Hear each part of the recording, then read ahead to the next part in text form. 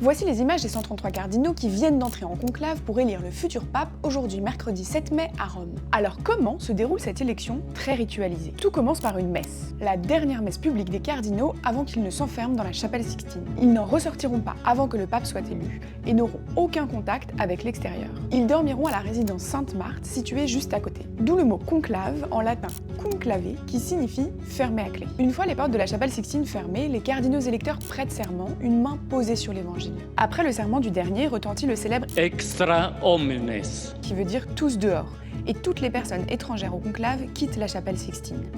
Il reste alors les 133 cardinaux et quelques personnels, dont 2 médecins, triés sur le volet et assermentés, qui les assistent. Des gardes suisses sont postés à toutes les issues. Après avoir prononcé des prières et entonné un chant à la Vierge Marie, les cardinaux électeurs passent directement au vote par scrutin secret. Il y aura 2 tours de scrutin par demi-journée. Chaque cardinal se voit remettre plusieurs bulletins de vote rectangulaires. Il y a écrit sur la moitié supérieure de chaque bulletin en latin « Je choisis pour souverain pontife ».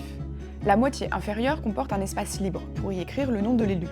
Puis, chaque électeur inscrit clairement, d'une écriture autant que possible non reconnaissable, le nom de celui qu'il choisit. Chaque cardinal se lève en tenant son bulletin plié et levé, pour être vu de tous. Il traverse la chapelle Sixtine en se dirigeant vers l'autel et dépose son bulletin plié dans un calice. Il prononce alors à haute voix un nouveau serment. Je prends à témoin le Christ Seigneur qui me jugera, que je donne ma voix à celui qui, selon Dieu, je juge devoir être élu.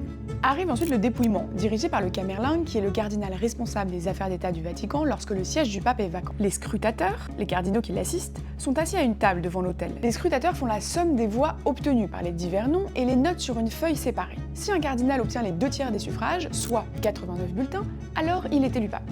Sinon, un nouveau scrutin est lancé. Avec 133 votants, chaque tour de scrutin dure longtemps, environ 1h30.